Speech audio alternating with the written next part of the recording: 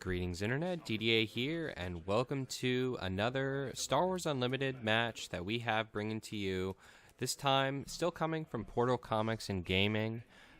We got a big community there, big Star Wars Unlimited community, but people are a little tired from the store showdown that was a few days prior. So we only had 8 players showing up for this local. But this is the finals between myself and John. We are both 2-0. In this matchup, we have a Iden Blue Mill deck, and then my new hotness that I'm bringing that I actually made to combat the mill decks, Luke Yellow. Previously, I've been on Luke Blue, but I realized that Blue Hero doesn't have the top end that kind of supports the slower playstyle of Blue. So I dismantled it and built Yellow. So we're going to start here with Initiative and drop down a Restored Arc, and then John is just going to claim Initiative. So it's very difficult playing these mill decks. You kind of have to treat the game very, very differently, almost throwing down your worthless units first and just kind of powering through all of their removal, which I'm sure we are about to see here. Lots and lots of removal. Yep, Power of the Dark Side answering the Restored Arc. I knew it was coming, so then throwing down the Falcon to hopefully get in some damage. Yep, and starting the game off, getting First Blood here. 3 damage, him responding with a claim, and then us going to the next turn. This is just... so if you wanted some experience, I wanted to get this video out because I wanted to kind of show some of the mill decks that we are seeing in the meta right now. I think this Iden Blue Mill is probably one of the best ones because it's pretty good against aggro. Dropping down the System Patrol Craft, good answer there to Falcon in the space. And then shooting out my Spark of Rebellion. This is one of the reasons why I think this deck is good against the mill decks, because it has the hand destruction of both Cunnings and Spark of Rebellion, and then it has kind of this passive mill, choosing the Child's in there to get rid of. One of the things I learned, so I haven't had too many matchups against the mill decks. Trading here with the System Patrol Craft, I haven't had too many matchups with them, but one of the things I learned here is they don't play that many units, so actually discarding their units ends up being a lot of bang for your buck. You kind of know that they're going to remove your units, so interesting play here. Sending the Falcon back to hand just for the value. I think this is a pretty good play because cards are a hot commodity in this matchup. You really want your cards. Hey, another Spark of Rebellion. Obviously going for the Avenger. There's no way I'm going to leave that in hand, right? Oh, yeah. Get rid of that. Yep, so Spark of Rebellion being a super vanquish because it kills the Avenger before it even hits the field. Dropping down another System Patrol Craft and responding with Millennium Falcon. So we're going to take out that System Patrol Craft. Makes sense. Try to just play the attrition game. That's one of the reasons why I love this Luke Yellow deck. It can play the attrition game really, really well. So buckle in because we are in for a grindy set of matches. You can see by the length of the video, this goes on. And spoiler alert, actually, no, I'm not going to give that away. I'm not going to give that away. We will have to see how this develops. So going to 6 resource here. Against the mill decks, this is always really difficult decision. Bouncing the Falcon back into hand again, just going for those value plays. I don't want him to take out my Falcon with his System Patrol Craft, so that's why I keep doing that to save the damage. Falcon just taking so much off the field, like getting a System Patrol Craft, coming back out, taking the takedown like a champ. So a lot of value out of that Falcon there. Dropping down the Yoda. Yoda's great in this matchup because it can be used in multiple different ways, giving me cards. So the entrench there on Yoda makes sense because he just wants it to stick around, and then the Luke deploy is coming out here. So what I wanted to mention about the Luke deploy is against these mill decks, it's difficult to know whether or not you should deploy your leader because you know the Super Laser Blast is coming. It's inevitable. It's kind of like Thanos. So it's going to happen, but instead of killing 50% of the population, it just destroys everything. So deploying your leader is a difficult decision, whether or not you want to wait for the first super laser blast. Now, I sparked him twice, so I didn't see the super laser, so I'm just kind of hoping at this point that he doesn't draw it, so that's why I deployed. Getting a lot of damage in here on the blue Iden side from those system patrol crafts, just getting me up to 9, smacking me 3 times for 3. So usually you want to get damage in when you can here, but he didn't answer my Luke, so I'm gonna go for broke here and go for the Luke's lightsaber, dropping down another system patrol craft. That's the 3rd system patrol craft we're seeing. So Luke is going to come in hot right here. Pretty hot. I got 7 power. And then, wha-bam, 9. Hitting 9 to the base. Big numbers there. So like I said, I'm really hoping he doesn't have the Super Laser Blast, because I'm going to seal this game out very quickly if he doesn't Super Laser Blast on this upcoming turn right here. Drawing into another Fleet Lieutenant, so I could swing in for another 9.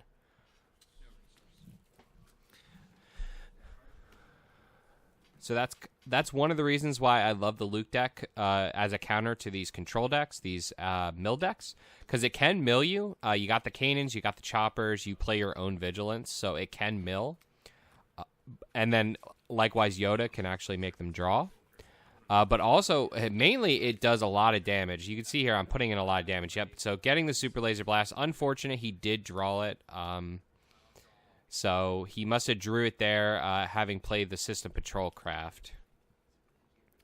But yeah, Luke did his job. He got in a clean 9 there. Wish he could, if he could have swung one more time, that was probably pretty much game over.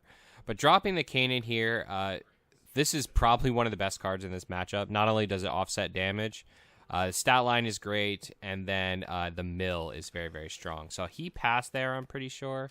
Oh, no, he claimed. That's right. So then dropping down my Ezra, just assuming he's not going to double super laser me, which would be insane. Which would definitely be a potential play here if he had the two super lasers. These are 2 high value units that I put on board after that super laser. So if he had a second one, that would be pretty devastating. But going to shoot off the power of the dark side. Very difficult choice here. I'm going to actually get rid of Kanan, because I want the card draw from Ezra. Very difficult choice there. But it looks like I'm mainly going for, I want the value engine of Ezra, and I want it to potentially draw me a card. So shooting off 6 damage. Oh, and getting a Kanan off the top. Very strong there. So definitely a good choice there, choosing to keep Ezra instead. Shooting in for 6 with the surprise strike. So getting him to 21, this is a little bit of a difficult situation. Shooting for the control item player, shooting down the Death Trooper to deal 2 damage to Kanan. I'm assuming we're going to see an Iden deploy, and that's why he did that. Yep, here he comes. Here comes the Iden deploy to take out Kanan again. Kanan is just such a powerhouse in this matchup, so it makes sense that he's going to get rid of that unit. Getting a heal there off of the kill. So I claimed initiative. Viper probe shooting out. Pretty fire hand that I have over there. Another the 3rd Kanan, drawing into a Luke and a Falcon. So pretty good stuff over on my side. So it's at 9-20. Iden is on board there without much to answer her. But I do have Luke Skywalker in hand, and I'm assuming he's going to answer my Ezra. So have to consider that. So this is always the thing with the control decks, and this is one of the reasons why For a Cause is such a good card, because you can get these control decks to the mid and upper 20s, but pushing out the last damage that you need is very difficult. So going to choose to go into base with Ezra, just try to base race him to the end, even though he has Iden on play. I think I discarded, I don't actually know what I saw off the top there. I want to say it was a Vigilance, but yep, killing my Ezra with Iden. Good play there on his part, because he knows that I want to take Iden off the board. So dealing damage to Iden is a good play there. Yep, because I did respond with the Luke Skywalker. So if he would have traded in one of his units, it would have been the same outcome. He would just have one less unit on the board. Immediately responding with the Vanquish on Luke Skywalker. Makes sense. Don't want that Luke to be able... Because I could actually end the game next turn with a Fleet Lieutenant for 8 on him. So pushing in damage now. Now, I don't know if I should have... and then, yeah, me claiming initiative. I don't know if I should have traded with Ezra there instead of going for the 3 damage to base. Like, I could have killed the Viper Probe and still looked on the top. So that was an option there. Not sure. He's such an high in damage, so that was my thought process, but we'll have to see how it plays out. Dropping down the Kanan, the final Kanan that we're going to see. And just trying to power through all this removal is so difficult. Takedown, so many takedowns, so many vanquishes, so many power of the dark sides. All right, throwing out the Lethal here. This is an amazing card in this matchup. Not only does it make them draw a card, but it also discards a card. So getting the Inferno 4 there. I wonder what that other card that he drew was. So shooting in 3 damage. Now we're starting to get into the real damage race here. Going to shield my Lethal just to protect it from one of those units. But he's going for base. He wants to push in damage here. Big damage numbers coming in. Evened out the field. Shooting down the Falcon. So hopefully I can push in the very last damage with my Falcon.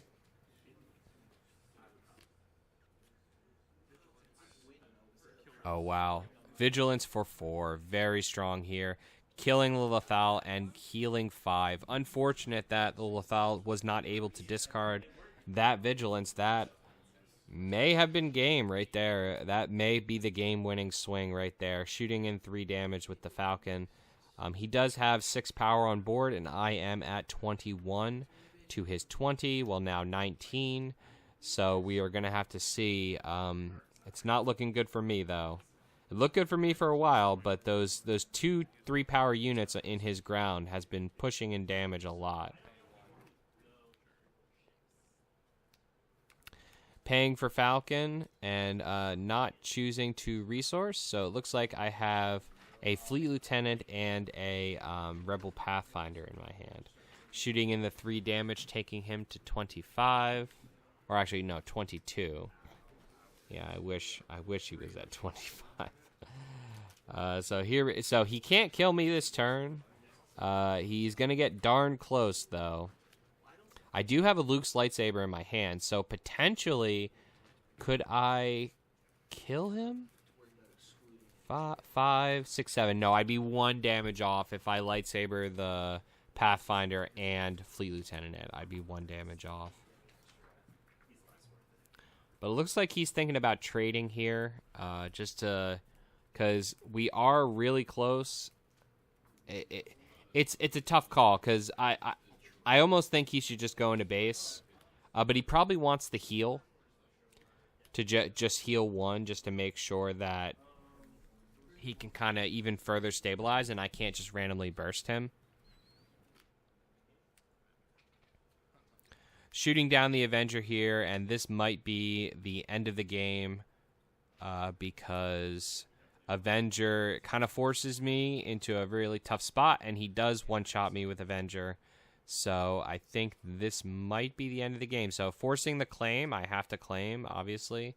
So, and then, nope, did not draw great. So R2, Obi-Wan, that's not going to do it. Looks like we're going to go into game 2. Maybe I'm thinking of all the different ways I can lose the game right now, and there are a lot of them. So yep, so conceding, and then we're gonna see sideboards come out. So one of the cool things I do with this this Luke deck is I play sneak attack. So I can sneak attack Obi-Wan. You can see the sneak attack there. I can sneak attack Obi-Wan, Luke Skywalker. I can sneak attack Redemption. A lot of good targets. It's not good in this matchup, so I do end up dropping the sneak attacks out. You see all my choppers there were on the bottom, which is, chopper is so good in this matchup. Not only does it mill them, but also they have an incredibly high volume of events, and then it exhausts resources. So you could see there, I almost took out, what was I thinking of taking out? I almost took out the Cunnings, because Cunning is not the best, because usually they answer whatever unit you +4. But I ended up keeping the Cunnings in, because I really just wanted to discard more cards from their hand. From John's hand, yeah. So I ended up keeping them in, and we'll have to see if that works out. So I actually even added another Cunning in.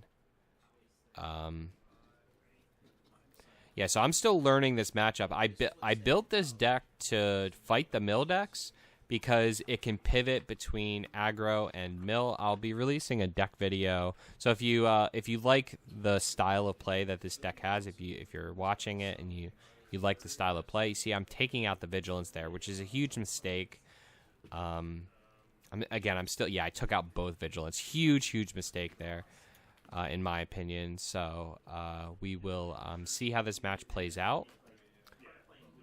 But I think I added both Redemptions to play a full suite of Redemption, and I added the third Cunning, and I can't remember what else I added.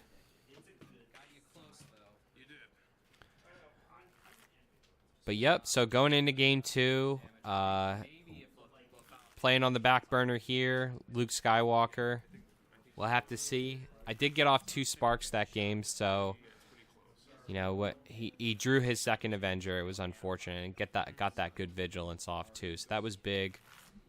I think if he doesn't Vigilance there and he gets the Inferno 4 instead, I think actually I pull out that game, because then I have lethal on the first swing. I'm pretty sure, because I think he was at 22. Yeah, he was at 22, so he would have been at 27. So with the 3 damage from Fleet Lieutenant or Falcon, would have sealed the game there.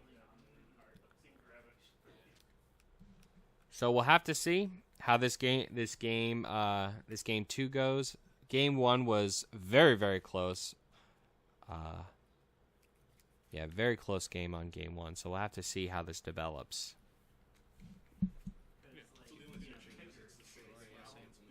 So the blue, I was in the bucket of people that call these total control decks, called these mill decks, toxic. Gonna start off with the Spark of Rebellion. Great start here against control.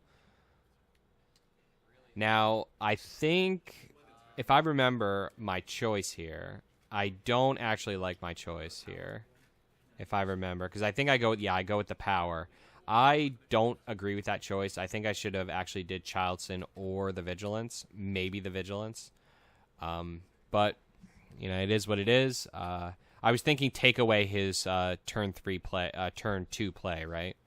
But yeah, so I was in the bucket of people that originally I called these and thought these mill decks were a little toxic for the meta, just because it's playing such a different game on a completely different axis, dropping down the Rebel Pathfinder.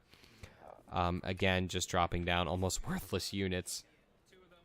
Knowing he was going to, he drew his second power of the dark side. That's fine. We'll take it to the face. But yeah, I've since rescinded on that opinion. I think you just kind of have to play a different game against them. They're playing a different type of game. And you kind of just have to think differently when you're playing them. A good example is just kind of throwing out worthless units in the beginning of the game, like that Rebel Pathfinder, because I could have dropped Ezra that turn, right? But instead I chose to play the Pathfinder. Getting a shield on Ezra, getting a Childson for +5, showing the power of Spark of Rebellion, keeping him only at +5. And then getting the shield on Ezra is going to be very significant here, because he can actually kill the Childson. I'm pretty sure I have a Fleet Lieutenant in my hand, do I? Yes. I think. Yes, I do have a Fleet Lieutenant in my hand and a Chopper, so I have some pretty good plays this turn. Really thinking about resource. Am I throwing? Yeah, I throw down my Luke Skywalker. It may seem really bad to do that, but you have to go wide against this deck. You can't play one big unit. They will kill it. So shooting down the Death Trooper to take off the shield, really good play there. Getting the Fleet Lieutenant just to take out the Childson.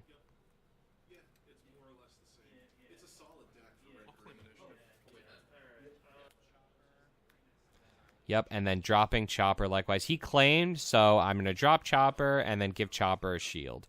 Hopefully that Chopper can trade into the Death Trooper. Oh, that's right. I watched a video. Is it Childson? It might be Childson. So I apologize if I'm mispronouncing these names. I don't want to call them like C characters because there's probably like a Childson fan out there that's like, no, he's my favorite official in the Empire, and I love his 10 minutes of screen time. It's not even 10 minutes. It's probably like 5 minutes. But yep, going Death Trooper into the Fleet Lieutenant makes sense there because he knew that Chopper was going to come in and take him out. So it's good to make that good trade there while he can. So getting 1 damage in and milling a Chilson, another one off of the top. So that's really great there. Take away those units. Get them out of there. Get them out of there. Shooting down the Inferno 4, getting a good scry here. So game 2 is setting up to be a grind. We are at turn 6, and there is a single damage on the base. Shooting down the Restored Arc. I do have a Lothal, and I do have a Vanquish in my hand. I'm probably just going to hold that Vanquish for a really long time. Hey, going back to 0-0 with, and then shooting the Lothal. Again, this is just such a good card in this matchup. Because it makes them draw, and then it can really disrupt. Because these control decks are really depending on key cards, like Vigilance, for example. They're depending on key cards that they need to really push them into winning the game. And so the reason why Lothal is so good in this matchup is because it does both things, right? It helps you play the mill game, and it helps you play the aggressive, I'm going to do damage to you because it has 3 power. So it's probably become my favorite unit in this deck. Even when it whiffs and it doesn't discard a great card. One of the interesting interactions with Lothal is at the end of the game, if you have no cards left in your deck, he had a second Vigilance. Shooting down Vigilance here. Wonder what he's going to choose. He's obviously going to mill 6. I'm curious what he's going to choose to destroy. There's no reason to give Inferno 4. So he's going to kill the Lothal, take out the 3 damage, and then mill 6. Double Chopper, and then Redemption Kanan. Really good mill there from his side. Yeah, really, really good there. So going to give Restored Arc a shield just for the heck of it. No reason not to. Oh, yeah, so the Lothal interaction I wanted to mention. At the end of the game, when they have no cards left in their deck, Lothal is actually kind of cracked because if it's your second card, they will be forced to draw, dealing 3 damage to themselves. But then even further than that, because you must do all that you are able to do on the card when it activates. That's kind of the rule of Star Wars Unlimited. Even though they didn't draw, they still have to discard a random card from their hand, which is just utterly insane. At the end of the game, you can actually win the game off of that if you manage to mill them out. And I've actually done that in several matchups. We have double Vanquish in my hand. Definitely going to be holding that for a while. Shooting here, 2 into the base, and then healing 1. Looks like... Yeah, it looks like he put 2 damage on the Inferno 4. I don't think I attacked the Inferno 4 there, so that's definitely something to note. We'll have to see how... it was late in the day. It was after 9 p.m. at this point, and I'm sure that it's not going to be a perfect play. So trading shield for shield here with Iden, getting the mill and getting the Search for Feelings and exhausting a resource. Love that exhaust on Chopper. So he only has 5 available resources? Yeah. So shooting Iden at a Chopper. So he would have 2 damage on the base right now, and he would have gotten a heal off of that. So I think, yes, I am actually tracking the damage correctly. So I will make sure to track the damage correctly, and we'll have to see if this matters at the end of the game. So, yep, going with Entrenched on Luke, making him a big BV boy. 7-10. 7-10. Obviously going into the Iden to take her out and giving another shield to Restored Arc.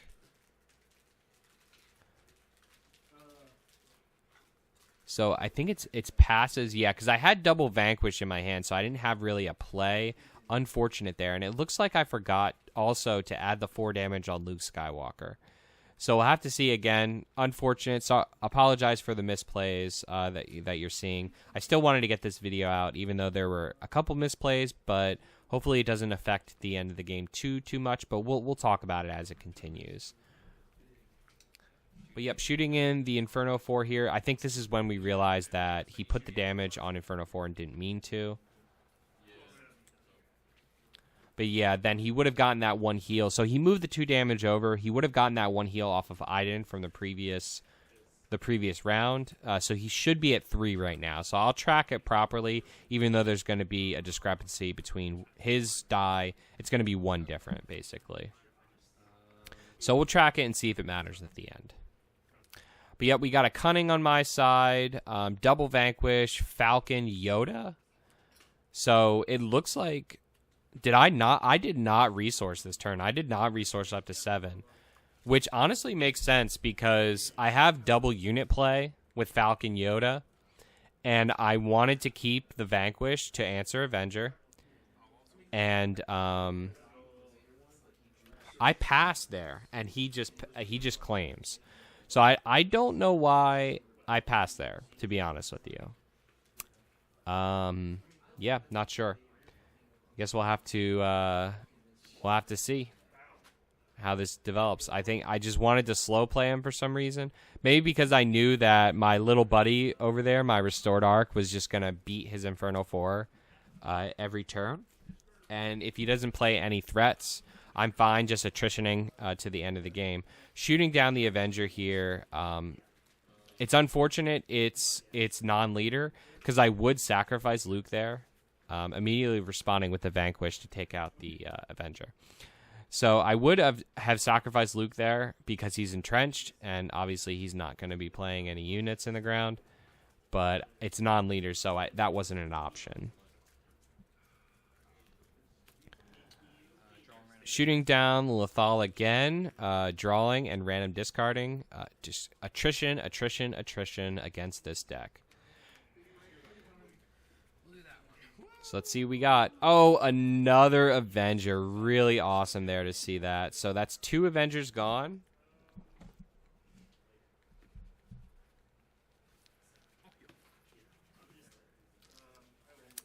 Just playing the healing game on Iden. Buckle up, because we got some time left in this match. So I still have the Cunning.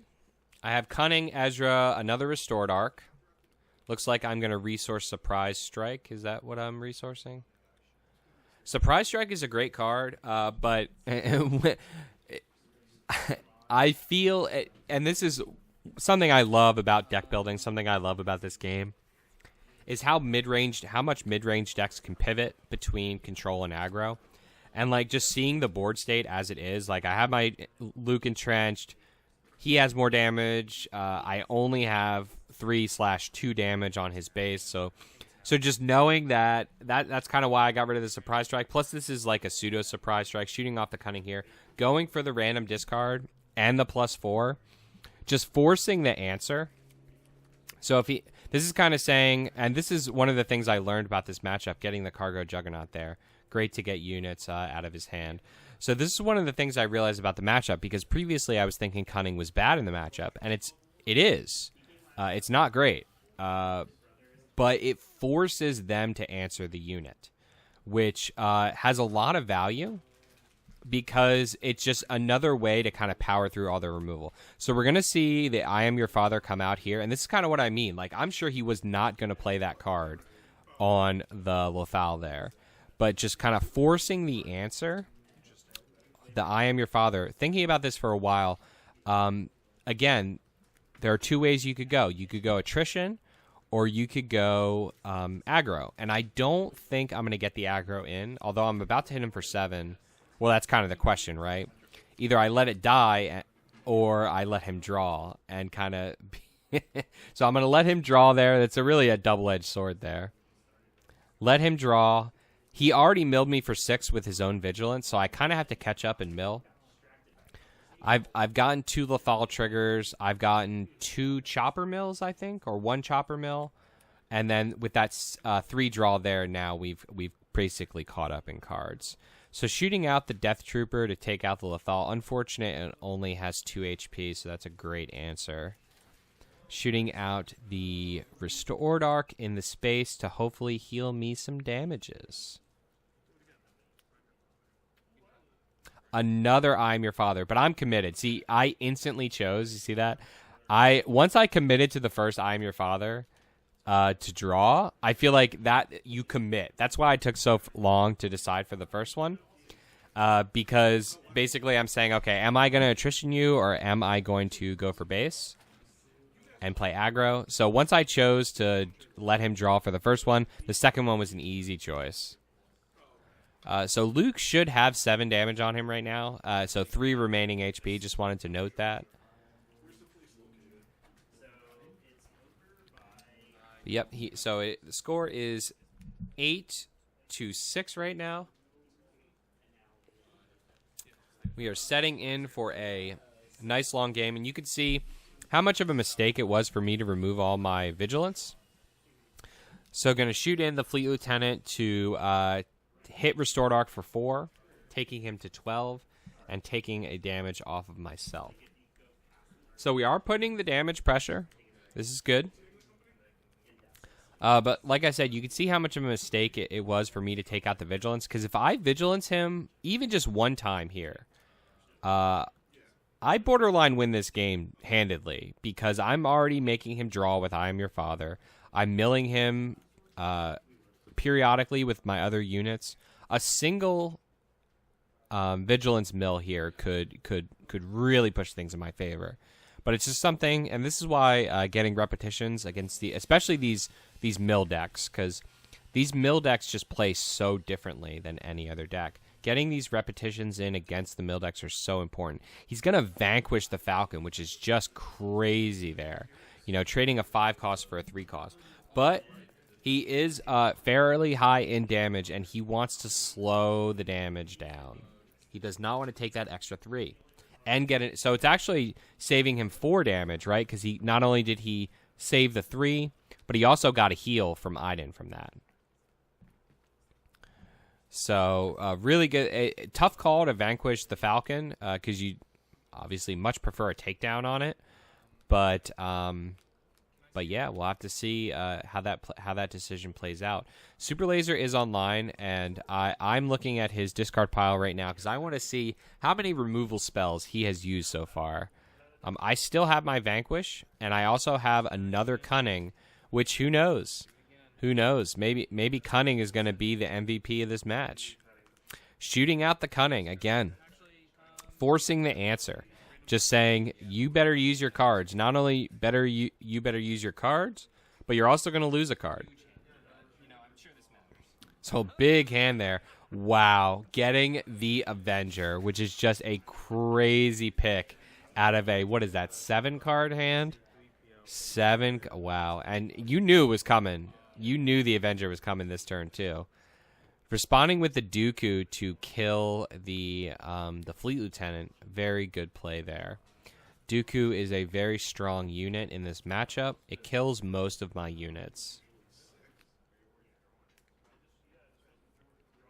Shooting down Ezra Bridger, very significant there. Yep, Ezra is going to help me with card draw, getting 2 damage into the base on my side with Inferno 4. We still do have a Vanquish, and we have a Kanan in hand. I think I claim there, yep, and he's going to heal 1 down to 10 or 11 as shown.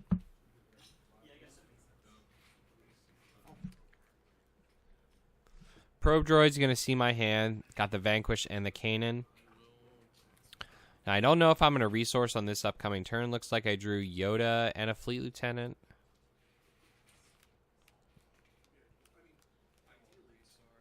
No, Yoda and a Rebel Pathfinder. So it looks like no resource on my side. Stopping resourcing against control decks is really important. You need those cards in hand. Just going to want to try to flood the board. So I think all of his Avengers are gone. Because I vanquished 1, and I think I discarded 1 with Cunning and 1 with Lethal. Taking out the probe droid, getting a R2 play off the top, not bad there. Of course, I'm most interested with that R2 play of not drawing R2. Like, drawing the next card, right? Because an R2 draw at this stage in the game is really not great. But so it's good to get that off with Ezra. Shooting in 5 to the base with Count Dooku. Count Dooku is very underrated. I think he's a very underrated character. So at this point, Luke Skywalker would be dead because of that 4 Iden damage that we missed. So just worthy to note there, pushing in more damage with Inferno 4.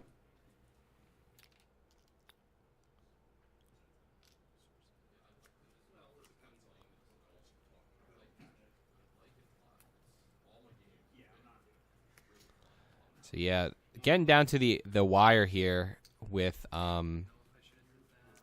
units.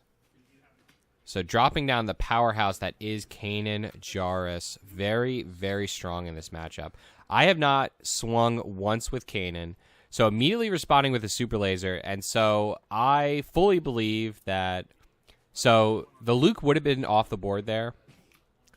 I do believe he still would have did the super laser, even if Luke wasn't on the board there, because Kanan is just too good in this matchup. It's just too good.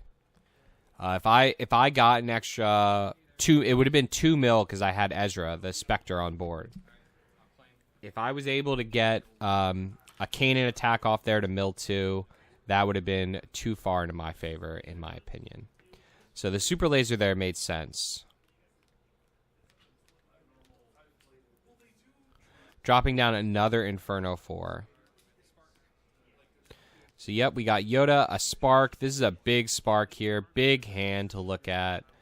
Cargo, Juggernaut, Super Laser, Chilton, Count Dooku. Probably the Dooku. Dooku is just so strong. Dooku kills Yoda and then puts 5 power on the board. Very, very strong there. Juggernaut. Cargo Juggernaut's really strong. Don't get me wrong. But Dooku is just... he's a powerhouse in this matchup. So discarding the Dooku.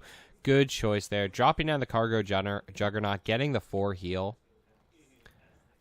Am I doing damage? Am I getting damage in? It doesn't seem like I'm getting damage in. But this is what you got to do against... This is why these decks are frustrating. Double Spark here. Saying I know I want the Chilton out of there, but just asking to see the hand again, just so I remember. Leaving all his removal spells again. Because I know, like, we're getting towards the later stages of the game. I know that the units on board are going to be what matters. And so if I can just get rid of all his units and then eventually just kind of get 1 unit to stick, I can close out this game. Shooting in Yoda for the heal 2 and 2 damage, taking me down to 16, him up to 8. Well, actually 7. So the Cargo Juggernaut is kind of scary. With the shield, it's very sticky. He's going to search your feelings. So searching for a card. Wonder what he's going to get. I have a feeling it's going to be Vigilance. Because I don't actually know what he's getting. But I have a feeling it is Vigilance. Because he has much less cards in his deck than I do. From all the draw that I've been doing to him. And then Vanquish on the Cargo Juggernaut. So it looks like I have about maybe like 3 or 4 cards more than him, I want to say. Not a crazy amount more than him, but definitely more than him.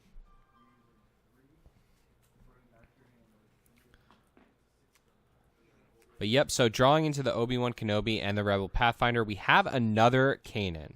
So I swear to you, one of these Kanans are going to stick. But he knows. No, John's a good player. He has a lot of reps with this blue Iden deck. I'm pretty sure he played it at the Store Showdown a couple days prior. So he knows that when he sees Kanan drop, he's got to take him out. And really, he's been doing really good at that all game in this whole series. Shooting in 2 damage for the Inferno 4, just... Who's the aggressor here? Like, let's be honest. Who's the aggressor? It seems like it's Iden. So much damage on my side of the base. Giving Kanan a shield doesn't really matter in this matchup. Shooting out the Vanquish to take out the Kanan. Good play there. Dropping down Rebel Pathfinder. And then healing with Iden. He knows, like, it does give me initiative, but he knows that we are going to attrition out. Like, we are going to lose our cards in our deck. So these periodic heals with Iden, even though he's gonna be giving me initiative, it's still better in my opinion because he's just really playing the long game, knowing that he's so far ahead in damage, knowing that we will be running out of plays and out of units pretty soon. Dropping down the Redemption, really, really big play here. So now it's always hard how much damage you're going to add to it. I think I'm doing math in my head. I think, yeah, I'm adding 6 for 2 reasons. One, because I don't know if he still runs Make an Opening.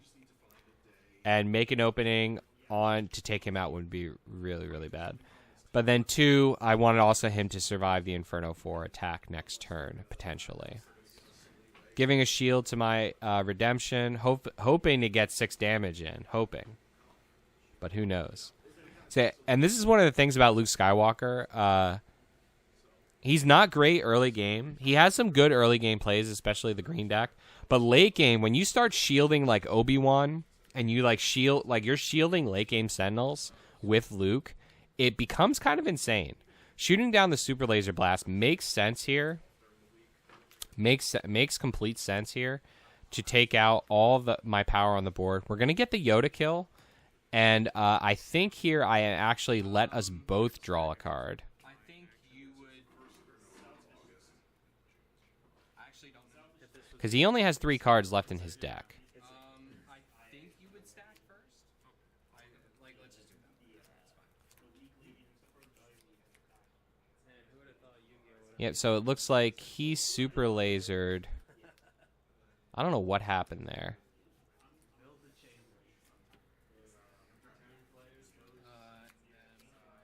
I'll be honest, I don't really know what happened there.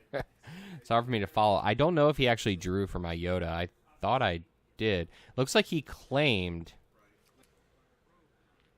No, he didn't claim. Okay. So I think he did draw for the Yoda. He does have that Vigilance in hand, so that's going to be significant because he's about to run out of cards, but I still have a few cards left. Shooting down the Obi-Wan Kenobi matters in this final damage race, this final base race here. Giving Obi-Wan a shield just so he can be a little bit stickier if needed. So drawing R2 Ezra, not a great draw. He's probably going to Vigilance, so I'm probably going to lose the rest of the cards in my deck. So drawing R2 and Ezra at this point is not great. But we'll see how the rest of this game plays out. So the board state's looking good for me. He has no cards in deck. Going to shoot down the takedown on the Falcon. That's probably his last takedown. Good play there to save him damage.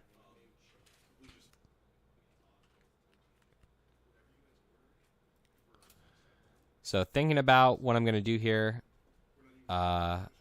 It's a tough call because in my head, I want to say I want to swing with Obi-Wan. I wonder why I do the Redemption here. This is probably a mistake to shoot out Redemption before deciding to attack with Obi-Wan. Either to go into the Probe Droid or to go for base.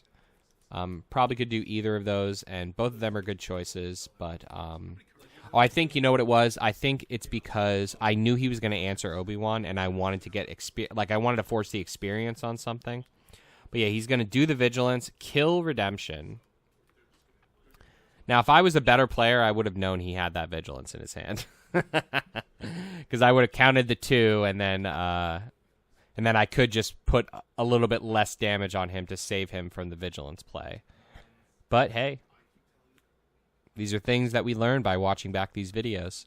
Shooting down the R2 for 1 resource. That little 1 damage, boy, is going to be my thing. Oh, and then throwing the... And see, this is what I mean. I guess I should have looked at his discard pile and checked how many Power of the Dark Side was in there. And how many Vanquishes and all that. But yeah... Definitely, I wanted to kind of force the experience. I thought he was kind of playing around like he was going to vanquish my Obi-Wan, so I wanted to keep playing a unit to try to get that experience on something. But yeah, so this is it right here. This is the final game. I have 2 cards in my hand. He has, I think, 6 cards in his hand. So we'll see if my 2 cards, my 4 cards, can be enough to close out this game. Dropping down the Ezra. So getting a little power on board. I am a little bit ahead in the damage race, and I do have the ground arena locked down with Obi-Wan and with Ezra and R2D2. So I have this ground arena, especially because my Obi-Wan is a 7/9 right now.